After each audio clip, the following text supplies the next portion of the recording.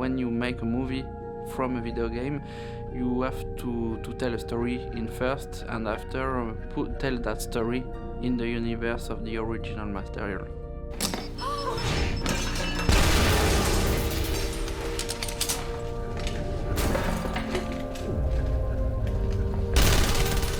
It's not specifically a film of professional assassin.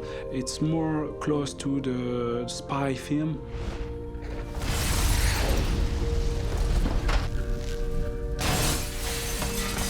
At the end of the day is you're just left with the story. It's all I'm interested in trying to tell. There is no such a thing as a video game movie. There's either good movies or bad movies. And, you know, Hitman is a good movie just because it started with a good script and it started with a great character and a great idea.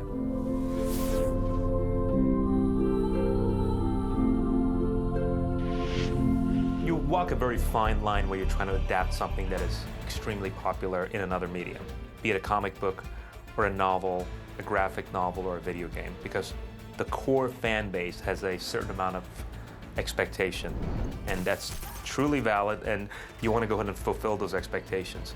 At the same time, you have to, in any movie, you have to have a story that makes sense. You have to have a character that makes sense, and we believe if you take all the ingredients from the game and put them into a script, a good script for a movie, you're going to please the fans and the non-fans. What is attracted me in the Skipwood script is the universe developed inside the script and the modus operandi of the character. He showed the character in his natural universe all the time, and after he show him in different situations, in different missions, and in the movie, Skipwood take that element of the video game and put that in the script, and after from that element we have a new story of Hitman, who is at the beginning an hunter, became an hunted, and the action can begin.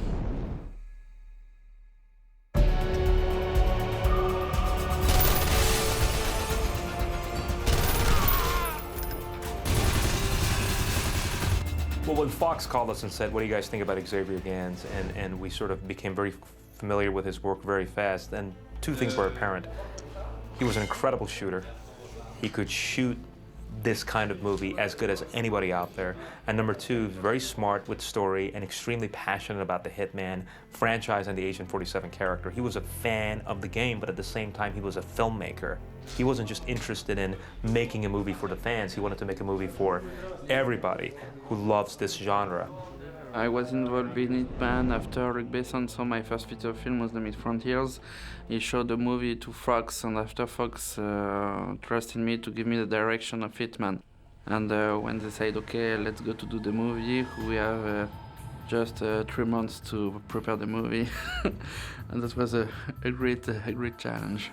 It's a very meticulous, beautifully shot movie that pays homage to the game and respects the game, and there's a tremendous amount of love for the game conveyed in it, but at the same time, it's just this incredibly operatic action movie, and that's what Xavier brought to the table. Xavier was fantastic to work with, and he's wonderful. He's a great visual director, and his points of reference for this movie, you know, covered many different genres of films. Xavier, master genres. Always a master. Always. Never a pickup shot. The action stuff, he has to start doing pickups, but man, all the time.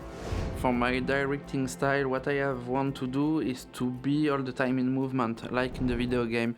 It's like you follow the action and you're like on board with 47 in the action, and is why I have used a lot of Steadicam movement. And for the opening of different scenes, I have used a lot of crane movement to be in a very elegant universe and to be really close to the animatic of the video game. Stay here. We wanted someone that you could look in his eyes and feel that he's incapable. He's capable of doing anything, and Tim has that, and he's also a terrific actor, and he's extremely got this sort of quiet in him that, you know, you sort of unpredictable. Call it an unpredictable sense of calm. Everybody feels strongly that we cast the right guy, and you know, he's terrific in the movie. I mean, he delivers the character, and you know, he's now Agent 47 for millions of people. Whatever my pre-existing ideas of what a video game movie should feel like, it didn't feel like one. And I felt it was very reminiscent of some of the old John Woo films or Luc Besson films, which I was a huge fan of. And I thought it was just pretty clearly a tremendous opportunity. I think Timothy Olyphant is a real good choice for the character of 47 because physically in first he can add the two faces of the good and the evil one, and after that he's a great actor to give you something really cold, very dark, and to have a sort of emotion coming inside him, and you can feel him pass to a dark emotion to a sad emotion in very quick time, and it's why it's really amazing to have an actor like him in the character of 47. I'm June, and you are? This is where you tell me your name. Excuse me. I think 47 is really different than the other killer in the other movie because it's a killer really elegant, really classy, and very efficient on his execution. What I thought that was interesting to explore was sort of this, the quietness and the loneliness. It almost felt like a traveling salesman kind of thing, quality to it. And it was kind of fun to explore that side. At the beginning, 47 is just a killer, a cold, bold killer, and he killed people with very violent manner. And he met a girl, and when he met that girl, Olga Kurilenko, he became more human, and he understand a little bit more why he do that, and he became to be afraid about what he done. I think he gets touched by her because he sees a little reflection of himself in her, and that happens when he notices her tattoo.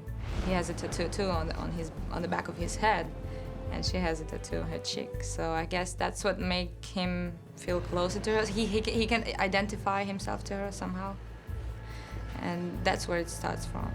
That was the part of the story that I thought was the most attractive, that you had these two people that were clearly very damaged. And I thought there was something without betraying type of character 47 is, and to that degree the game and the source material, to be able to find just a smidgen of a love story in there, I thought was really nice. I think what is really interesting in the relationship between Tim and Olga is the sort of match, the tennis match between them, because they all the time have a sort of exchange very strong in the scene, and they give the best of them for all the line they got to help them to be the best they can.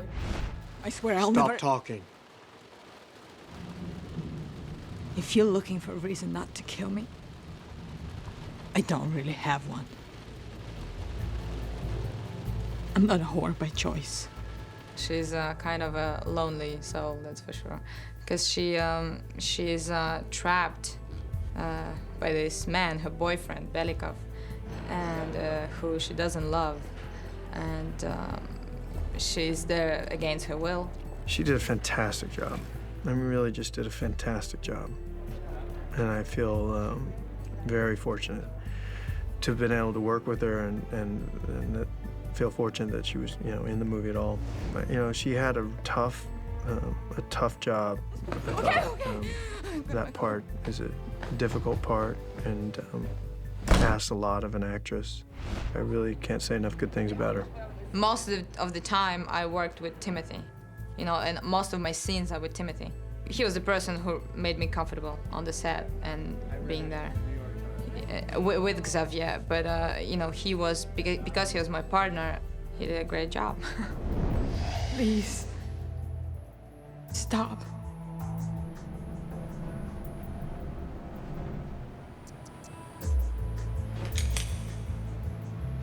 She saved your life. Well, I thought it was a good action film. I do the movies that I tend to do sort of change from project to project. I like to do different kind of genres of films, and I liked the story, and I liked the relationship between Hitman and my character, Mike Whittier, the Interpol detective who's been tracking him for years. So it was kind of like a cat and mouse game, which is very much the way the studio saw it. Dougray's a fantastic actor. I've been a fan of Dougray for a long, long time, and we're really lucky to have him. I thought he was great, and I thought he's just perfectly cast. Me and Tim got on very, very well. We became friends pretty quickly, and we both had a similar view about the relationship between Agent 47 and Mike, my character. And through the course of rehearsals, we both wanted to go in the same direction vis-a-vis the relationship that the two of them had, and we had a great time working together. And he's fantastic, Tim, and I like him enormously. In our story, we sort of explored this idea that these guys were sort of the two sides of the same coin. 47 looks at him and sees his ability to kind of function in society, and yet he's got blood on his hands, and so that becomes a bit of a fascination for my character. I think first of all he's obsessed with him because that's his job. He's been tracking this guy, this agent, this assassin for many years, and he knows every hit he's ever done, of which there are many, and I think he's become obsessed with tracking this assassin down. My character's 2 steps ahead of most people in the movie, but 1 step behind Agent 47, so he just nearly gets them. And they come face to face a couple of times in the movie, the beginning and the end and in the middle. And I think the relationship is quite intriguing as to, what it is they think about each other when they finally meet.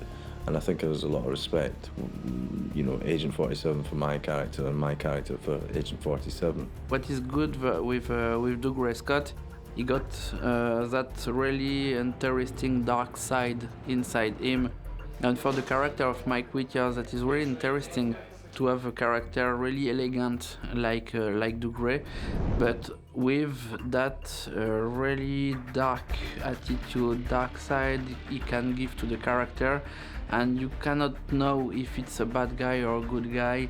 But he got a good intention, but also he can be really dangerous. Light bulb comes on. Took me a minute. Must be the jet lag. You're telling me to fuck off?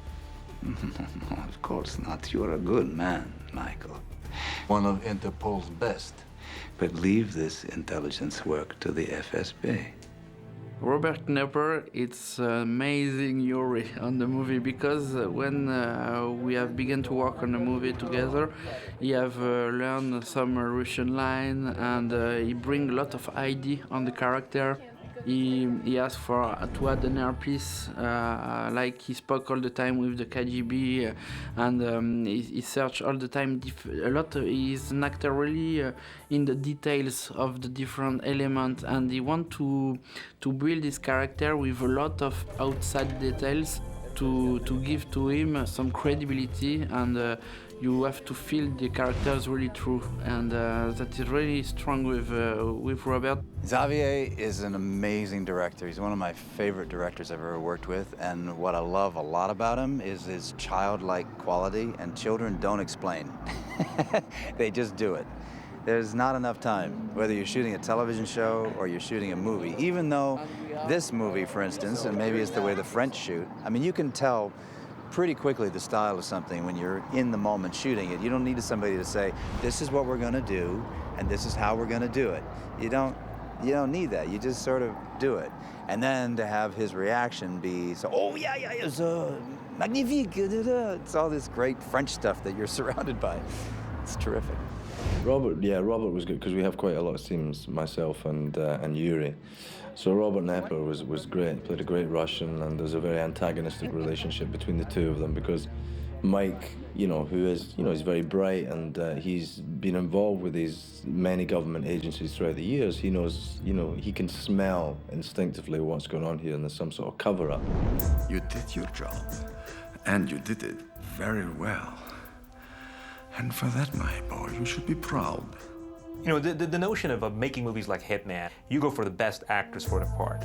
You almost don't need to get huge stars. Now, Tim and Doug Gray are big stars, and Tim was on his way to becoming a giant movie star. But you really want to go get the best actors for the part. I play a character named Belikov, Mikhail Belikov, and he is a politician. He is a bad guy. I think what is really interesting with Ulrich Thomsen, who is playing Belikov, he got that elegance of a Danish actor. He's really in a retention of the emotion. He's really cold on his acting, and he gives you something really human, really natural, but you can feel a lot of perversion behind, and it's really great for that, because just with a look he can freeze you, because you could be really afraid by his prestation, his performance on the movie, and for that Ulrich is really great. In films, it's funny to play the bad guy. It's fun to be killed in a movie. It's funny to kill people in a movie. I had the best fun making this. I mean, I've never been killed so many times in a film. My head was blown off. I was shot in the head, and then I was shot 11 times after I did. On top of that, I'm lying as my own double in the morgue with a bullet, hole in my head. So it was like every day I was on the set, people were taking a shot at me.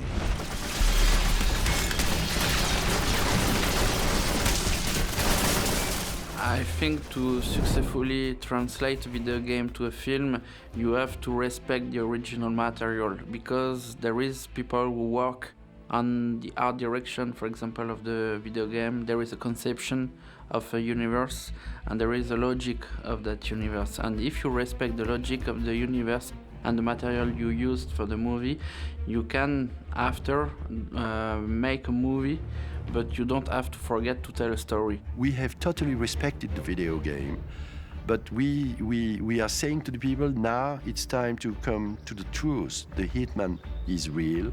He lives, he's a real guy, and you're going to really meet with him. This is also a film.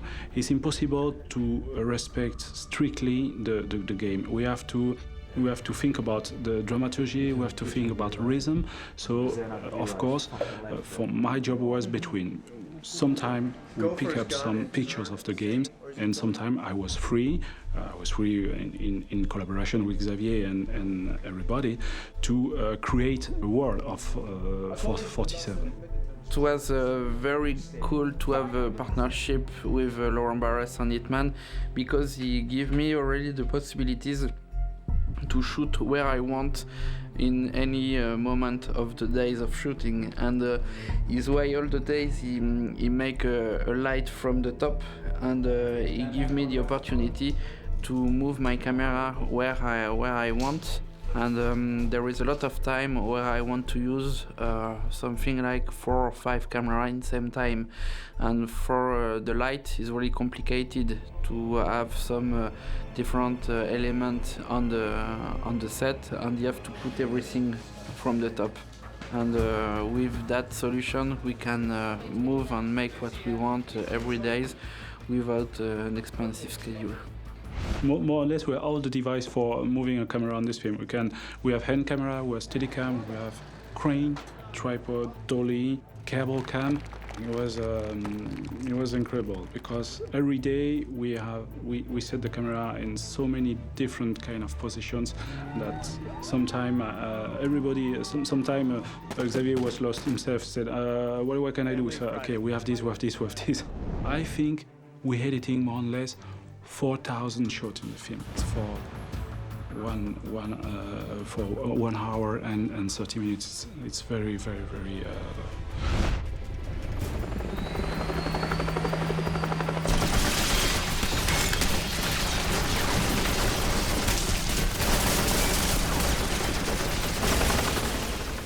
The storyboard is very important for Xavier, because it helped him to have an idea what he wants to shoot, but it's not the end.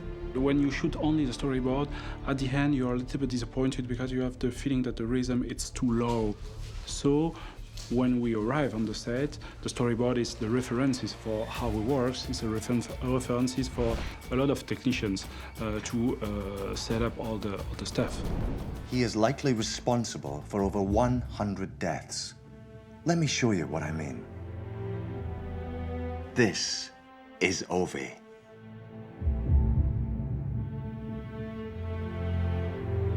And these are just the ones we know about. Are you beginning to get the picture? As the story takes us in the deep side of all Eastern Europe, provides to the film the dark side that we're looking for with our modern and contemporary characters inside of that. This provides to the intensity and the violence of the film. The character of 47 is very much an international character. I mean, he really in the games he has no nationality, and most of his adventures take place overseas, particularly in Eastern Europe and in Europe itself. So it has that European international flavor to it. The script never set foot in the United States. It opens in Africa, and then it goes to Russia, and then it goes to Istanbul, and then it comes back to Russia, and is in Eastern Europe. And we shot the movie in Bulgaria, so it allowed you to sort of have those flavors. And a lot of people that worked on the movie were European, so it sort of brought that sensibility to it. But it was something that we were all conscious of, the studio and us. We wanted this movie to really have that international European flavor. You quickly. That's going to be a scene, a bit of a scene back there. That she picks up. She so I say dessert menu. She's picked. She notices what's going on behind me. Yes, I see that she notices it, right? So I'm staying right here. At that moment, you connect her attention to ask for the check, but I'm not done. Sometimes there might be a language problem if you got people from all these different countries. Dugray's from Scotland, Timothy's American like me, Olga, Ukrainian, now living in Paris, Ulrich from Denmark. You know, it's funny, we all kind of speak the same language after a while, even if you don't speak perfect English, which Xavier does, I have to say.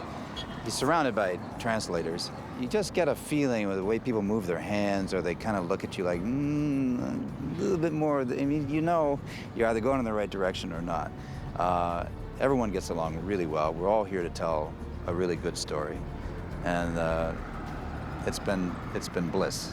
I think that was really interesting to work on Hitman with that world crew, because everybody got different way to work on a big production like that. That was amazing to have all that energy coming in the same project, but that was a great experience because everybody's exchange the experience they got, and at the end we have a very performance crew to make the movie.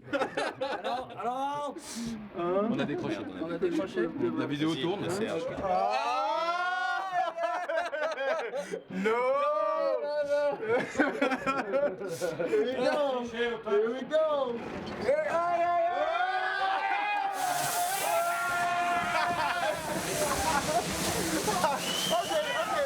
Okay.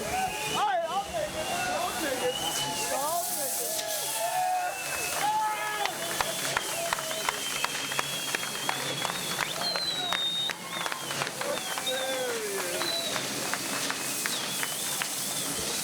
Well, I think that hitmen are kind of sexy and they're sort of someone that people want to be and never will be. So it's a kind of a fantasy, you know, the audience are taking on a journey with the character.